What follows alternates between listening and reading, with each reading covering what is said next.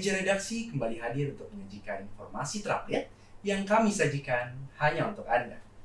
Bersama saya Nicholas Putra, inilah Meja Redaksi.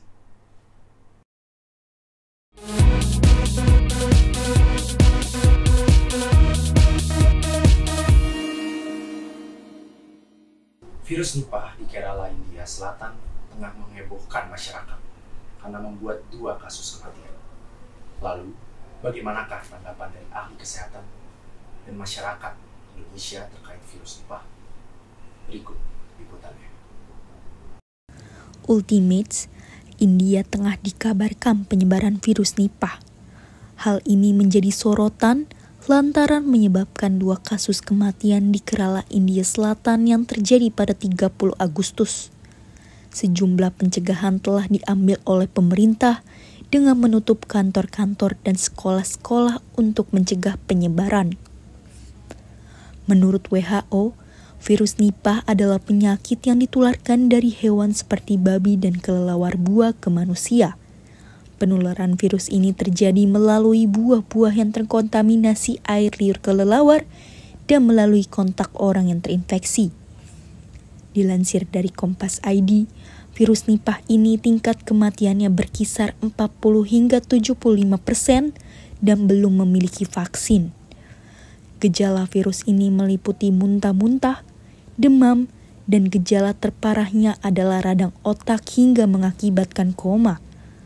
Lalu, bagaimanakah tanggapan dari ahli kesehatan dan masyarakat Indonesia terkait penyebaran virus Nipah? Berikut tanggapannya. Yang hewan-hewannya di karantina, dilakukan kalau kami ya diobati, seperti harus dipisah kalau zoonosis sehingga nggak menyebar ke manusia. Dilihat dari struktur proteinnya, struktur virusnya, apakah nanti bisa jadi seperti COVID, bisa menyebar ke semua orang? Ya bisa saja selama kalau nggak ditangani dengan baik. Oke, sebenarnya pasti khawatir sih. Tapi karena kita kemarin udah sempat dari pandemi COVID juga, jadi kita belajar untuk menjaga diri masing-masing ya, seperti jaga kesehatan dari kita juga, kayak memakai masker, kayak cuci tangan, gimana supaya dari kejadian virus Nipah ini nggak nyebar lagi ke Indonesia nih, karena mungkin masyarakat Indonesia udah belajar juga dari kemarin, jadi harus lebih hati-hati. Nania Satriani, Feby Amelia melaporkan untuk UMN TV. Kami berharap agar masyarakat dapat kuat menghadapi wabah ini dan semoga pemerintah dapat segera mengatasinya. Berita selanjutnya datang dari pemerintah pusat. Ultimates, Perpres Publish Right belum juga rampung. Padahal Perpres ini diharapkan selesai pada Maret lalu. Lantas, polemik apa yang timbul dalam perancangan Perpres ini? Berikut liputannya. Publish rights yang diminta Presiden Jokowi rampung pada Maret lalu belum juga terwujud. Rancangan aturan kerjasama dengan platform digital ini menimbulkan polemik di masyarakat. Bahkan, Google tidak menyetujui regulasi ini. Demi menjaga ekosistem jurnalistik Indonesia, pemerintah mengusulkan pembuatan publish rights. Pada dasarnya, regulasi ini dibuat untuk mendukung jurnalisme berkualitas. Jika disahkan, platform digital harus membagi pendapatan dengan perusahaan media. Selain itu, regulasi ini diharapkan bisa mengurangi penyebaran misinformasi dan disinformasi. Namun, Google berpendapat bahwa keputusan ini hanya akan mengurangi keberadaan berita yang ada untuk publik. Perpres ini memberikan kekuasaan bagi lembaga non-pemerintah untuk mengontrol konten yang muncul, juga menentukan penerbit yang mendapat penghasilan dari iklan. Jika tidak ada perubahan dalam rancangan Perpres ini, eksistensi media dan kreator berita dapat terancam.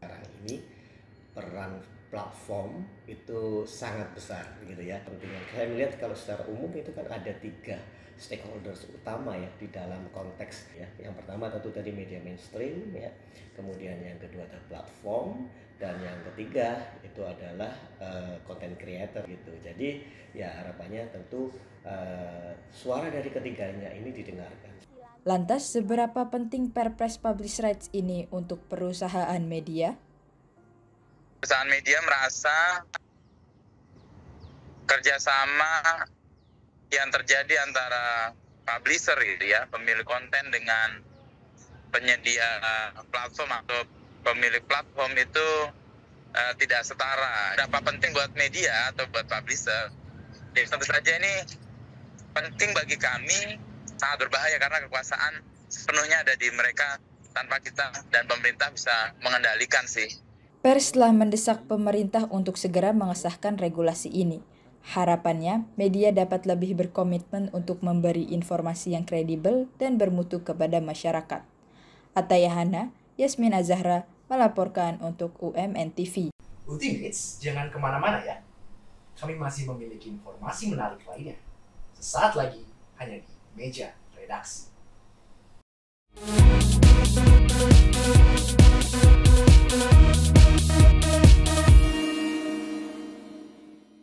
Ultimates, kali ini kabar gembira datang dari ajang olahraga internasional. Tim nasional Nusantara mencetak sejarah dalam pertandingan Hong Kong Open Badminton 2023. Mari kita saksikan liputannya. Ultimates, tim Indonesia berjaya dalam pertandingan Hong Kong Open pada 17 September 2023. Gelar juara Nusantara dimenangkan oleh nomor ganda putri dan tunggal putra di Hong Kong Coliseum. Apriyani Rahayu dan Siti Fadia Silva Ramadati mencetak sejarah usai mengalahkan pasangan Malaysia. Kemenangan oleh ganda putri diraih melalui pertandingan rubber game dengan keunggulan 3-2. Di sisi lain, Jonathan Christie meraih kesuksesan usai mengalahkan perwakilan Jepang. Lelaki tersebut berhasil menyamakan head-to-head dengan Kenta Nishimoto menjadi 8-8 dari 16 kali pertemuan. Namun, bagaimana pendapat mahasiswa UMN terkait kemenangan tersebut? Anggapan aku, timnas ini sudah berusaha dengan keras. Aku apresiasi sekali usahanya, mulai dari latihan-latihan terus, itu hebat banget karena ini memunculkan sejarah yang baru di Indonesia. Perasaan aku sendiri senang sih, karena kan sebelumnya mereka pas main tuh kalah-kalah terus akhirnya mereka bisa bangkit lagi terus menang. Semoga mereka konsisten lah mainnya, terus kayak enggak, kalau misalnya capek boleh istirahat dulu, tapi jangan sampai ngaruh ke mainnya gitu. Pertama pasti senang banget rasanya, dan senang juga apalagi Indonesia berhasil menjuarai di kancah internasional. Dan pastinya ya senang banget, bangga sama Indonesia. Makanya mungkin buat atlet-atlet lainnya bisa terus berprestasi terutama di kancah internasional, karena seperti yang kita ketahui bahwasannya di event-event sebelumnya itu kan banyak atlet yang belum bisa meraih podium, dan ya semoga semakin berkembang lagi atlet-atletnya. Tentunya prestasi ini memberikan modal besar bagi tanah air menjelang Asian Games. Hal tersebut pun ikut didukung oleh generasi muda Indonesia melalui pernyataan wawancara mahasiswa UMN. Wisnu Adityo, Torik Ilham Ferrano melaporkan untuk UMN TV. Sebagai warga negara Indonesia, kita turut bangga atas pencapaian tersebut. Semoga bulu tangkis Indonesia dapat bersaing lebih kuat di kancah internasional. Beralih ke berita selanjutnya, Ultimates dalam rangka perkenalan terhadap mahasiswa baru, UMN TV berpartisipasi dalam State Maxima 2023. Lantas, bagaimana antusiasme para peserta State UMN TV? Berikut liputannya. Ultimates, di kampus UMN, mahasiswa dituntut untuk memenuhi sistem kredit keaktifan mahasiswa atau lebih dikenal sebagai SKKM. Salah satu cara untuk memenuhi SKKM tersebut adalah dengan mengikuti kegiatan mahasiswa. Untuk mengedukasi para mahasiswa baru, kampus UMN mengadakan acara Maxima 2023. Salah satu rangkaian acaranya adalah State, yaitu pengenalan unit kegiatan mahasiswa berupa free trial dan presentasi. Tak mau ketinggalan, UMN TV turut berpartisipasi mengadakan State pada Rabu 20 September 2023. Dalam State, peserta dikenalkan dengan berbagai departemen pengurus UMN TV, mulai dari BPH, divisi program, news, marketing, HRD, dan divisi lainnya. Bagaimana tanggapan pihak panitia dalam melihat State tahun ini? Mari kita simak liputannya. Kalau dilihat sih banyakan ini karena antusiasnya lebih besar. Ya semoga pas oprek UMN TV Gen 10 lebih banyak daripada ini. Kali ini kita buka untuk 170 anak. Jadi kurang lebih seperti tahun lalu sih. Yang tahun lalu udah bagus banget. Tapi yang sekarang tambah tinggi banget. Pokoknya mereka tuh antusias banget ngeliat main TV, apalagi temanya kali ini bola gitu kan. Harapan dari panitia sendiri supaya mereka bisa tahu WMN TV itu gimana sih, dan harapan kami pribadi supaya teman-teman anak 2023 bisa join di WMN TV Gen 10 nantinya. Selain itu, penyelenggara turut mengundang narasumber alumni yang membagikan pengalamannya selama mengikuti UMN TV. Harapannya, peserta state dapat terinspirasi dari kisah para narasumber dan semakin berminat berkarir di dunia broadcasting. Dari state UMN TV hari ini, kira-kira hal apa yang didapat peserta selama mengikuti kegiatan ini? Yuk kita dengar jawaban mereka. Yang aku dapat seru sih, terus juga penasaran makin pengen masuk ke UMN TV. Dan saya mendapatkan informasi mengenai divisi-divisi yang ada di UMN TV dan skill-skill yang bisa didapetin dari UMN TV.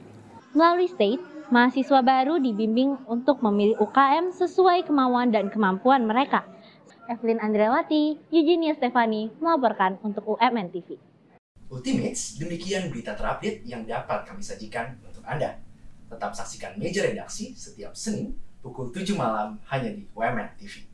Saya Nicholas Putra dan segenap kru yang bertugas pamit undur diri. Selamat malam dan sampai jumpa.